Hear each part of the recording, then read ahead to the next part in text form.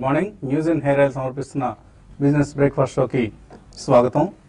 చాలా కీలకమైన సంఘటనలు చోటు చేసుకున్న రోజు నిన్న అక్టోబర్ 24, 2016. ఇది చరిత్రలో గుర్తుంచుకోవాల్సిన రోజు ఇది.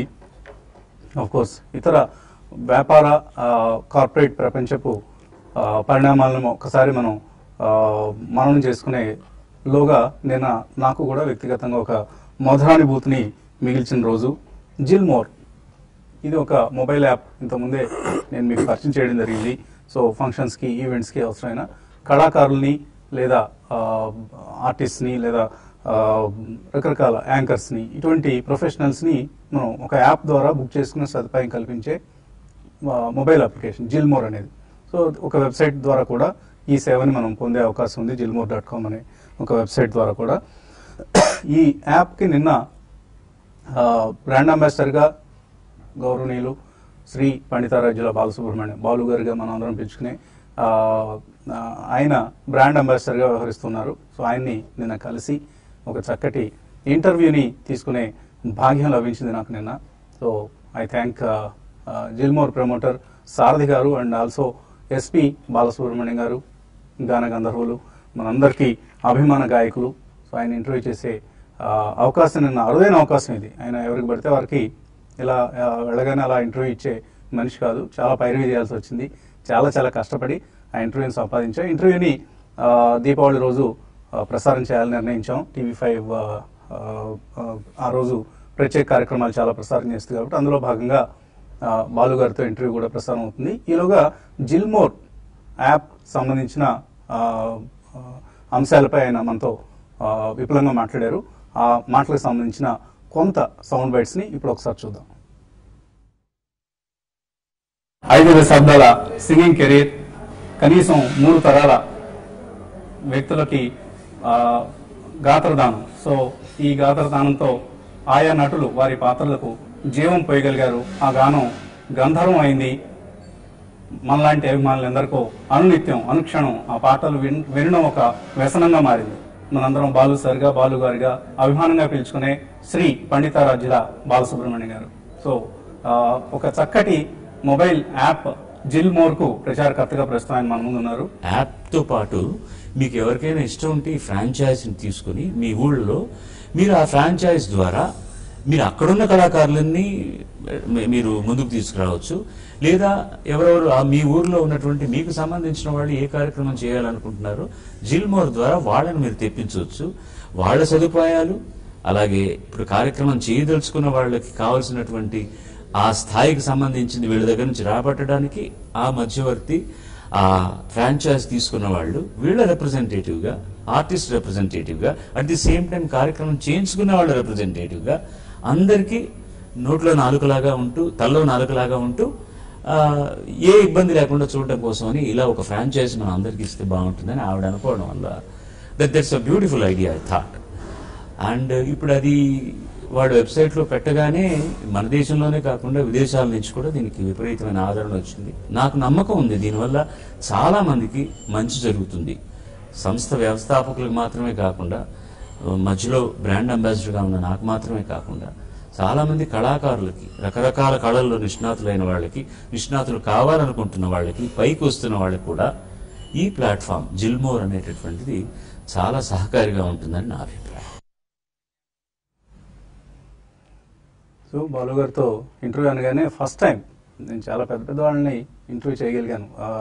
Thanks to my job, my profession as a business journalist. Bill gates లాంటి వారిని కూడా 1-to-1 చేసే world's top most billionaire bill gates లాంటి వాడిని కూడా ఇంటర్వ్యూ చేయగలిగే అవకాశం, అరుదైన అవకాశం నాకు లభించింది. కానీ ఎంతమందిని చేసిన తర్వాత కూడా రంగరాజన్ గారిని ఇంటర్వ్యూ చేయగలిగాను, అలాగే అజీం ప్రేమ్జీ గారిని ఇంటర్వ్యూ చేయగలిగాను. వీళ్ళందరినీ చేసిన తర్వాత కూడా ఎప్పుడు నేను నెర్వస్గా ఫీల్ కాలేదు. బట్ నిన్న బాలసుబ్రహ్మణ్యం గారిని ఇంటర్వ్యూ చేస్తుంటే చాలా నెర్వస్గా ఫీల్ అయ్యాను. మీరు గమనించి ఉంటారు, నోట్లోంచి మాట పెగలటం కొద్దిగా కష్టమైంది. So but anyway, thanks to TV5, thanks to Sarathi గారు, ఆ అవకాశం నిన్న లభించింది. ఇక మన regular top stock markets, corporate world విషయానికి వస్తే 9 లక్షల కోట్ల రూపాయల మార్కెట్ క్యాపిటలైజేషన్ కలిగి ఉన్న టాటా గ్రూప్ లో కలకలం ప్రారంభమైంది. ఒక పవర్ స్ట్రగుల్ కి తెరలేచింది నిన్న. దేశంలోనే అతి పురాతనమైన టాటా గ్రూప్ లో బోర్డ్ రూమ్ బ్యాటిల్ బిగిన్ అయింది. So it's a big day for the stock markets. Tata sons లో 66% వాటా కలిగి ఉన్న టాటా ట్రస్ట్ కి, అలాగే 18.5% వాటా కలిగి ఉన్న షాపూర్జీ పలోంజీ, ఈ రెండు గ్రూప్స్ మధ్య ఇద్దరు ఇన్ఫాక్ట్ బంధువులే, ఇద్దరు పార్సీలే, బట్ ఇద్దరికి మధ్య, ఈ రెండు కుటుంబాలకి మధ్య, ఇటు రతన్ టాటా సంబంధించిన వ్యక్తులకి, అలాగే షాపూర్జీ పలోంజీ, సో సైరస్ మిస్త్రీ నిన్నటి దాకా చైర్మన్ గా ఉన్నారు, ఆయన్ని తొలగించారు. సైరస్ మిస్త్రిని చైర్మన్ పదవి నుంచి తొలగించి ఒక 4 నెలల తాత్కాలిక చైర్మన్ గా రతన్ టాటా మళ్ళీ 80 సంవత్సరాల వయసులో ఆయన మళ్ళీ రంగప్రవేశం చేస్తున్నారు. సో ఆయన తిరిగి టాటా గ్రూప్ చైర్మన్ పగ్గాలు చేపట్టారు. రకరకాల కారణాలు చెప్తున్నారు. దీనికి సంబంధించి ఇది ఇతమితంగా ఈ కారణం వలన సైరస్ మిస్త్రిని పక్కన పెట్టారంటానికి లేదు. రకరకాల టాటా డోకోమో వాటా అమ్మకానికి తిరిగి ఇచ్చేస్తానన్నప్పుడు ఆయన డబ్బులు ఇవ్వకుండా కోర్టుకు వెళ్ళడం లాంటివి చేశారు. అలాగే యూకేలో స్టీల్ బిజినెస్ నుంచి తప్పుకోవాలని చెప్పేసి ఆయన ఆ స్టీల్ ఫ్యాక్టరీని అక్కడ అమ్మకానికి పెట్టారు. సో టాటా అంతకుముందు రతన్ టాటా ఏదైతే 10 సంవత్సరాలుగా 15 సంవత్సరాలుగా చేసుకుంటూ గ్రూప్ ని ఒక రకమైన ఎక్స్పాన్షన్ మోడ్ లోకి తీసుకెళ్లారో, ఒక గ్లోబల్ స్థాయికి తీసుకెళ్లారో, దాన్ని సైరస్ మిస్త్రీ కట్ చేస్తున్నారు అన్నది రతన్ టాటాకి రుచించలేదు. తాను ఒక గ్లోబల్ కంపెనీగా తీర్చిదిద్దాలనుకున్న టాటా గ్రూప్ ని నేషనల్ గ్రూప్ గా, అంటే India specific, India focused group గా తీర్చిదిద్దాలని సైరస్ మిస్త్రీ ప్రయత్నం చేయడం ఆయనకు నచ్చలేదు. దానివల్ల ఆయన పక్కన పెట్టారంటున్నారు. రకరకాలు, ఇన్ఫాక్ట్ టాటా కెమికల్స్ చెందిన యూరియా బిజినెస్ అమ్మేశారు. అలాగే ఇండియన్ హోటల్స్ ఆపరేషన్స్ ని పూర్తిగా రీస్ట్రక్చర్ చేస్తున్నారు. ఇలా చాలా సైరస్ మిస్త్రీ వచ్చిన తర్వాత కొంతమందికి ఆయన చేస్తున్న పనులు చాలా అనుకూలంగా కనపడ్డాయి, కొంతమందికి మాత్రం చాలా ప్రతికూలంగా కనపడ్డాయి. వీటన్నిటికీ సంబంధించి రకరకాల అంశాలు మార్కెట్లో ప్రస్తుతం రకరకాల వదంతులు కావచ్చు, రకరకాల వార్తలు కావచ్చు షికారులు చేస్తున్నాయి. ఈ వార్తలపై మనతో మాట్లాడేందుకు ప్రస్తుతం Andhra Pradesh state planning board vice chairman, అలాగే మనందరి అభిమాన అనలిస్ట్ కుటుంబరావు గారు మనతో టెలిఫోన్ లైన్ లో మాట్లాడేందుకు సిద్ధంగా ఉన్నారు. కుటుంబరావు గారు, good morning. Hello, good morning Vasanth గారు. సో కుటుంబరావు గారు చెప్పండి, అసలు టాటా గ్రూప్ లో ఏం జరుగుతోంది? టాటా గ్రూప్ సంబంధించి సైరస్ మిస్త్రిని నిన్న పదవి నుంచి తొలగించడం ఆయా కంపెనీల పనితీరుపై ఎటువంటి ప్రభావం చూపించబోతోంది? స్టాక్ మార్కెట్స్ ఇవాళ ఏ విధంగా రియాక్ట్ అవుతాయి అనుకుంటున్నారు? అంటే స్టాక్ మార్కెట్స్ లో మాత్రం పెద్దగా రియాక్షన్ ఉండకపోవచ్చు అండి. గోయింగ్ బై నిన్న పోస్ట్ మార్కెట్ అన్నమాట, ఏదైతే గనక థింకింగ్ నడుస్తుందో దాన్ని బట్టి చూస్తూ ఉంటాయి. బట్ క్లియర్లీ ఏంటంటే something is happening in Tata group అనేది అనమాట. 1 month బ్యాక్ ఎకానమిస్ట్ లో మీకు ఎప్పుడైతే ఆర్టికల్ వచ్చిందో టాటా గ్రూప్ పైన అనమాట, ఒక ఎలిఫెంట్ కింద పోర్ట్రే చేశారు టాటా గ్రూప్. అంటే ఎలిఫెంట్స్ అనమాట ఎంత స్లోగా ఉంటాయి, పెద్దగా గ్రోత్ చూపించలేవు అన్నట్టు అనమాట. మన ఆర్టికల్ కాస్త నెగిటివ్ టోన్ లోనే ఉండింది అనమాట. అయితే ఆ article whether it was reflection అనమాట ఆఫ్ సైరస్ మిస్త్రీ పెర్ఫార్మెన్స్ గత 3 సంవత్సరాలు అనేది కూడా అప్పటి నుంచి కూడా కాస్త టాక్ రావటం మొదలైంది. కానీ క్లియర్లీ నిన్న డెసిషన్ ఏదైతే ఉందోనమాట, అది 9 member బోర్డులోనమాట. మిస్త్రీ గారిని తీసేస్తే 8 members ఉన్నారు, 2 absent అయ్యారు, 6 members వన్ సైడెడ్ గా తీసుకున్నారు decision. Literally it reflected the voting percentage of also Tata Sons అనమాట. టాటా ట్రస్ట్ కి 66.5% ఉంది, టాటా సన్స్ లో అది రిఫ్లెక్ట్ చేస్తుంది. అయితే ఒకటి ఇక్కడ సైరస్ మిస్త్రీ గారిని తప్పు పట్టడానికి కూడా ఎక్కువ విషయాలు లేవు ఒక విధంగా చూస్తే. ఎందుకంటే మనం లాస్ట్ 3.5 years పెర్ఫార్మెన్స్ లో చూస్తే టాటా మోటార్స్ లో లిటరలీ ఆయనే పర్సనల్ గా కార్లు టెస్ట్ డ్రైవ్ చేసి, టాటా మోటార్స్ లో అనమాట ఎప్పుడైతే వాళ్ళ one of the senior officials suicide చేసుకున్నారో కార్లెస్ స్లిమ్ అనమాట, ఈయనే పర్సనల్ గా అనమాట కంపెనీని స్టీర్ చేయటం కూడా చూసాం. కాబట్టి ఒక హ్యాండ్స్ ఆన్ పెర్ఫార్మెన్స్ అనేది సైరస్ మిస్త్రీ 2-3 issues లో చూపించారు. అయితే ఒక్కటి క్లియర్ కట్ గా అనమాట బాగా నచ్చని ఇష్యూ టాటా ట్రస్ట్ ఏంటంటే గ్రూప్ ఎగ్జిక్యూటివ్ కౌన్సిల్ అని జీఈసీ అని సైరస్ మిస్త్రీ గారు పెట్టారు. దాని అపాయింట్మెంట్స్ అన్ని కూడా ఆయనే పర్సనల్ గా చేసుకున్నారు. And GEC will report directly only to Cyrus Mistry అనమాట. అండ్ జీఈసీ ఫామ్ చేసిన దగ్గర నుంచి ఏదైతే బయట నుంచి కానీ ఇటు అవుట్ సైడర్స్ కొందరిని టాప్ నాచ్ మేనేజ్మెంట్ ప్రొఫెషనల్స్ పెట్టినా కూడా టాటా ట్రస్ట్ కి అది నచ్చలా కాస్త. ఎందుకంటే ఇదివరకు మనం చూసాం గ్రూప్ లో నుంచేనమాట పెద్దవాళ్ళని ఎవరినైనా లైక్ ముత్తురామన్ అవనండి, లేకపోతే ఇషాత్ హుసేన్ అవనండి, ఎవరైనా సరే అదర్ డైరెక్టర్స్ కానీ ఇట్లాంటి వాళ్ళు ఉన్నారు, గ్రూప్ లో నుంచే తీసుకునేవారు అనమాట. అవుట్ సైడ్ గ్రూప్ నుంచి జీఈసీలో తీసుకోవడం కాస్త టాటా ట్రస్ట్ కి అసలు నచ్చకపోవడం ఓ పాయింట్. రెండోది చాలా మంది ఇగ్నోర్ చేశారు కానీ కొన్ని బిజినెసెస్ ఏవైతే which are close to say Ratan Tata heart అనమాట. Like Tata Chemicals urea business అమ్మేసింది. He was against Tata Chemicals selling urea business అనమాట రతన్ టాటా గారు. అదేవిధంగా ఇండియన్ హోటల్స్ ప్రాపర్టీస్ ర్యాపిడ్ గా ఎక్స్పాండ్ చేసింది రతన్ టాటా గారి టైం అప్పుడు. అయితే కొన్ని హోటల్స్ అన్ప్రాఫిటబుల్ గా ఉన్నాయి, అసలు డిఫికల్ట్ టు రన్ అన్నయ్యేమో ఈ సైరస్ మిస్త్రీ గారు అమ్మటం మొదలు పెట్టారు. అదేవిధంగా టాటా డోకోమో యాక్చువల్ గా ఇన్ని తప్పుపట్టలేము సైరస్ మిస్త్రీ గారిని. టాటా డోకోమో అనమాట ఏదైతే లీగల్ లిటిగేషన్ స్టార్ట్ అయింది, it started before he came in to the picture అనమాట. అయితే ఆ లిటిగేషన్ కాస్త ఎక్కువైపోయి ఇవాళ యుఎస్ కోర్ట్స్ దాకా రీచ్ అవడంతో డెఫినెట్లీ టాటాస్ ఇమేజ్ డ్యామేజ్ అయింది యుఎస్ లో. There are no second thoughts about it అనమాట. కాబట్టి ఇష్యూస్ అన్ని ప్లే చేసి ఒక విధంగా చూస్తే గనక it's old generation versus younger generation clash అనేది కూడా ఒకటి అనిపిస్తోంది అనమాట. ఎందుకంటే 15 decades అంటే 150 సంవత్సరాల్లో Tata Sons had only 6 chairmans. గుర్తుంచుకోండి, అంటే ఒక్కో చైర్మన్ ఎన్ని సంవత్సరాలు ఉండేవారు, ఎన్ని దశాబ్దాలు ఉండేవారు అనమాట. అండ్ వేరే సైరస్ మిస్త్రీ ఇప్పుడు shortest term only 3.5 years around అవుతుంది. కాబట్టి ఒక లాంగ్ టర్మ్ డైరెక్షన్ ఇవ్వగలిగే మరి కొత్త చైర్మన్ ని ఎట్లా పిక్ చేస్తారు? గ్రూప్ నుంచి పిక్ చేస్తారా, అవుట్ సైడ్ నుంచి తీసుకొస్తే లైక్ ఏదైతే నేమ్స్ ఫ్లోట్ అవుతున్నాయో అనమాట, రూమర్ అనమాట, ఇంద్రాను రావచ్చు, చంద్రశేఖరన్ రావచ్చు, ఇట్లాంటి రకరకాల పేర్లు వస్తున్నాయి. But with in the group వస్తే కనుక అదర్ దాన్ టాటా ఫ్యామిలీ ఏదైనా సరే కనుక అంత లాంగ్ పీరియడ్ సస్టైన్ అవ్వగలరా గ్రూప్ చైర్మన్ గా అనేది ఇక్కడ నుంచి క్లియర్ గా డౌట్ఫుల్ గా ఉంది. ఎందుకంటే ఎనీ అవుట్ సైడర్ వచ్చినా కూడా maybe 5 year term are 4 year term are 6 year term ఇట్లానే ఉండొచ్చు, కానీ ఒక 2 దశాబ్దాలు ఉండే సూచనలు అయితే కనపట్టలేదు. అన్లెస్ గ్రూప్ లో నుంచి మళ్ళీ నోయల్ టాటాని కానీ ఎవరన్నా కనుక సెలెక్ట్ చేసుకుంటే వస్తాయి. కాబట్టి definitely very tough. In fact Noel Tata కూడా ఇప్పుడు బహుశా మిస్త్రీ వైపు వెళ్తారేమోనండి. ఆయన సిస్టర్నే కదా, సైరస్ మిస్త్రీ సిస్టర్నే కదా ఆయన మ్యారేజ్ చేసుకుంది.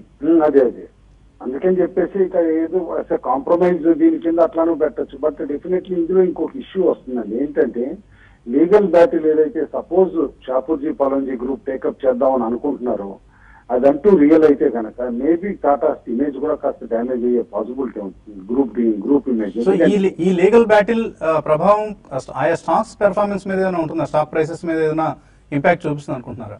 అంటే డైరెక్ట్ గా కనపడదండి. ఎందుకంటే మీకు డైరెక్ట్ గా కనపడకుండా ఏమవుతుందంటే స్లోగా తెలుస్తుంది మీకు. ఎందుకంటే ఇవాళ మార్కెట్ క్యాపిటలైజేషన్ బట్టి చూస్తా ఉంటే కనుక మనం సైరస్ మిస్త్రీ గారి రెయిన్ లో దాదాపు 95% మార్కెట్ క్యాప్ పెరిగింది టాటా గ్రూప్ అన్నమాట. ఎందుకంటే ఆయన వచ్చినప్పుడు 4.9 lakh crores ఉండేది, ఇప్పుడు 9 lakh crores వెళ్ళిపోయింది అనమాట. కాబట్టి ఇమ్మీడియట్ గా మనకి ఇంపాక్ట్ అట్లా ఉండదు అనమాట. ఇన్ఫాక్ట్ టాటా ఎల్క్సీ లాంటి స్టాక్ ఆయన వచ్చిన తర్వాత 500% పెరిగింది. టాటా ఎల్క్సీ, టీసీఎస్ ఇలాంటి మేజర్ సాఫ్ట్వేర్ కంపెనీస్ ఓతం ఇచ్చినాయి అనమాట share price other than Tata Motors చూస్తే. ఇన్ఫాక్ట్ టాటా స్టీల్ ఇలాంటివి అనమాట లగాట్స్ గా ఉన్నా కూడా. బట్ డెఫినెట్లీ ఏంటంటే ఓవర్ ఏ పీరియడ్ ఇంపాక్ట్ తెలుస్తుంది, కానీ ఇమీడియట్ గా ఎనీ మీజర్ రియాక్షన్స్ ఉంటే అవి ఇన్వెస్టర్స్ కి బయింగ్ ఆపర్చునిటీస్ అవుతాయండి గుడ్ స్టాక్ లో అనమాట. ఒక ఇన్వెస్టర్ గా టాటా గ్రూప్ స్టాక్స్ లో ఇవాళ మీరు ఒక స్టాక్ ని కొనాలి అని అనుకుంటే ఏ స్టాక్ కొంటారు మీరు? టీసీఎస్ కొంటానండి. ఎనీ వీక్నెస్ లో అనమాట టీసీఎస్ అనమాట. It will lead the group అనమాట. That is the first choice. Second choice ఏమో టాటా మోటార్స్. ఎందుకంటే వాళ్ళ ఆల్ సైడ్ ఏంటంటే Tata Motors is global company. కాబట్టి ఏదో ఇక్కడ మన లోకల్ గా తిరుగుతున్న ఇండికాస్ చూడొద్దని చెప్పేసి అని అంటాను. ఎందుకంటే జేఎల్ఆర్ కానీ అలా వేరే గ్లోబల్ మోడల్స్ ఏవైతే ఉన్నాయో వాటి పెర్ఫార్మెన్స్ అన్నమాట ఏ విధంగా ఉంది యూరోప్ లో కానీ చైనాలో కానీ దాన్ని బట్టి వెళ్ళాలి. కాబట్టి ఎనీ డిక్లైన్స్ లో first choice will be TCS, second will be Tata Motors, third will be without any doubt Tata steel. ఎందుకంటే టాటా స్టీల్ ఇంకా 10 రూపాయలు పేడప్ షేర్ అండి. World's one of the cheapest manufacturer of the steel అనమాట. కాబట్టి ఏదైతే కోరస్ ట్రబుల్స్ ఏవైతే ఉన్నాయో ఇవి కూడా తీరే సూచనలు కనిపిస్తున్నాయి. ఇప్పుడు గ్లోబల్లీ కాస్త మెటల్స్ లో అనమాట రివైవల్ కనిపిస్తోంది. కాబట్టి third choice will be Tata steel. Okay అండి. సో మీ ఇతర రికమెండేషన్స్ కోసం మన ప్రేక్షకులందరూ ఆశగా ఎదురు చూస్తున్నారు. సో దీపావళి రోజు మనం ముహూర్త ట్రేడింగ్ లో కలుసుకుందాం మళ్ళీ. ఓకేనండి, థ్యాంక్ యూ కుటుంబరావు గారు. సో అది టాటా గ్రూప్ వివాదంపై కుటుంబరావు గారి ఎనాలిసిస్. మన బాలాగారి ఎనాలిసిస్ తీసుకునే ముందు ఒక చిన్న బ్రేక్ తీసుకున్నారు.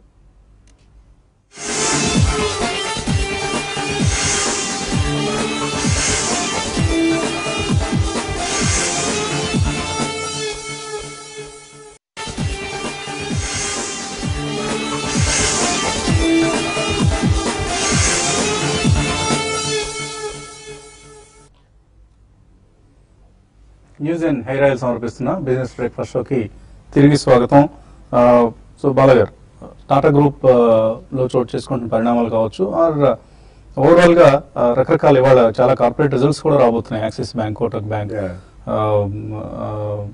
I think there are few other companies, major companies, Nifty companies declaring results. వీటన్నిటి ప్రభావం మన మార్కెట్స్ మీద ఎలా ఉంటుంది ఇవాళ? I don't think major negative గా మాత్రం ఏముండదండి, ఇంక్లూడింగ్ టాటా గ్రూప్. ఎందుకంటే there are two ways of thinking at it. ఈ రోజుల్లో మనకి చాలా radical thinking versus the orthodox and conventional thinking కి ఈ రోజు పెద్ద it's a corporate battle, in board room battle అనే చెప్పాలి. బట్ వాళ్ళ ఇంటర్నల్ ఫ్యూడ్స్ అనే ఏమున్నాయి, ఇంటర్నల్ ఇండిఫరెన్సెస్ ఏమున్నాయి అనేది మనకి సర్ఫేస్ లో తెలియలేదు. కాబట్టి anyone who is going to replace the Tata Group, that will have more bearing than his exit. ఈ లీగల్ బ్యాటిల్ పక్కన పెడితే, సో ఈ రోజు ఏంటంటే మనకి it's a very fast moving and fast paced world. Corporate world లో అనూహ్యమైన changes world wide change చేసుకుంటున్నాయి. కాబట్టి ఒక విధంగా చూసుకుంటే ప్రాబ్లీ ఈయన exit and Ratan Tata's entry for the next 4 months before they decide a new chairman, probably there could be a period of lull అని మనం అనుకోవడానికి కూడా లేదు. ఎందుకంటే most of the Tata companies are managed by many professionals.